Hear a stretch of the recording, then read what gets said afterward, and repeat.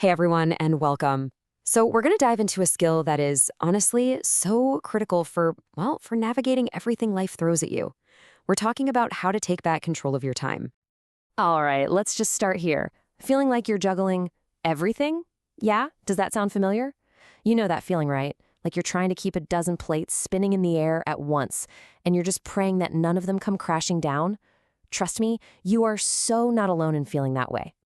Because let's be real, this is your daily reality, isn't it? You've got academics, you're trying to have a social life, maybe work on some personal growth, get some sleep. Oh, and yeah, just plan for your entire future on the side. No big deal. It is a lot. But what if I told you there's a way to actually manage it all without losing your mind? Okay, so let's get into it.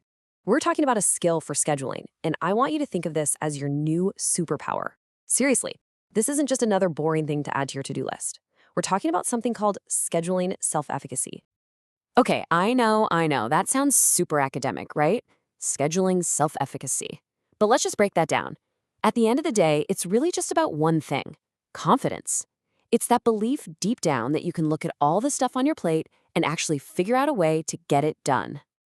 It's basically that little voice in your head that says, okay, wow, this is a lot, but you know what? I can figure this out. I can make a plan to get this done on time. It really is all about that inner self-talk.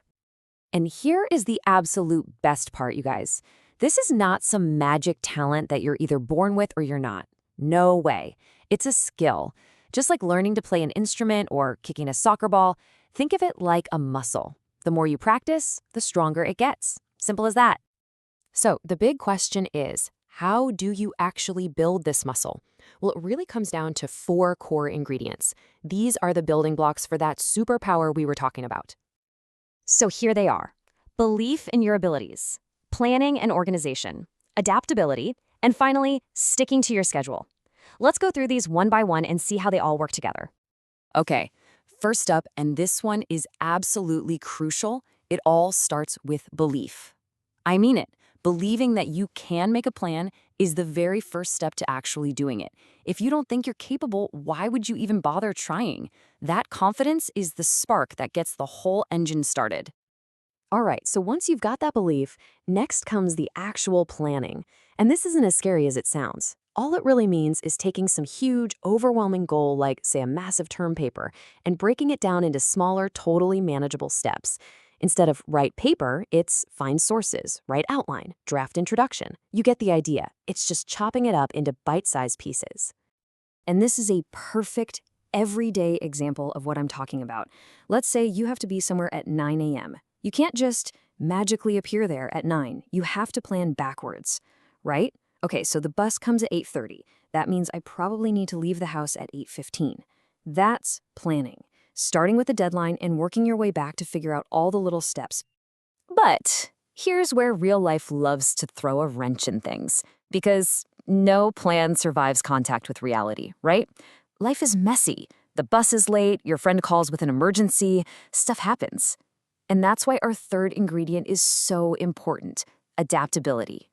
This is your ability to roll with the punches, to adjust your plan without it completely derailing your day or making you feel like a total failure.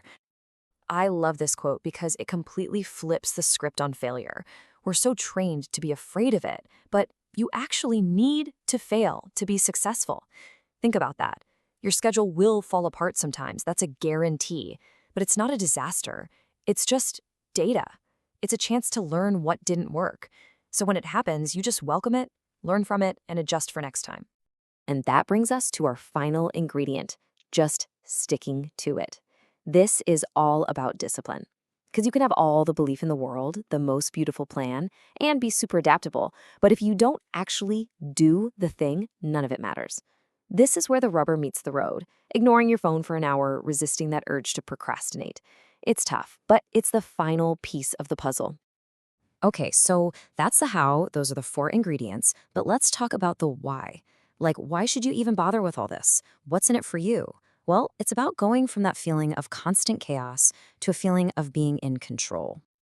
And the payoff is huge. Seriously, this skill becomes the cornerstone for pretty much any goal you want to achieve. It's the secret to making new habits actually stick. It's how you prepare for those really big events like a final exam or getting your college applications in. And maybe best of all, Every time you follow through, you get this amazing sense of accomplishment that just builds on itself. But honestly, let's boil it all down. This is the real prize right here. It's about getting done what you have to do so that you finally have time for what you want to do. This isn't about becoming some super rigid scheduling robot. It's the exact opposite. It's about being so efficient that you create more freedom for friends, for hobbies, for just chilling out. So, where do you even start with all this? The most important thing to remember is this little mantra: practice, not perfection. The goal is not to create the perfect schedule on day one. It's just to start practicing. And I just love how blunt and honest this is. Likely, initially, you will be pathetic. I mean, how great is that? Because it's true. Your first few attempts at this might be a total mess. You'll forget stuff. You'll overschedule. You might feel kind of silly. And that is 100% okay. It's part of learning. But if you just keep practicing it over and over again, you're going to nail it. I promise. So let's end with the little challenge. Don't try to map out your entire life tomorrow. Just start with one thing. What's one small, tiny thing you can schedule for tomorrow? Just to start practicing, to start building that muscle. Think about it. You've totally got this.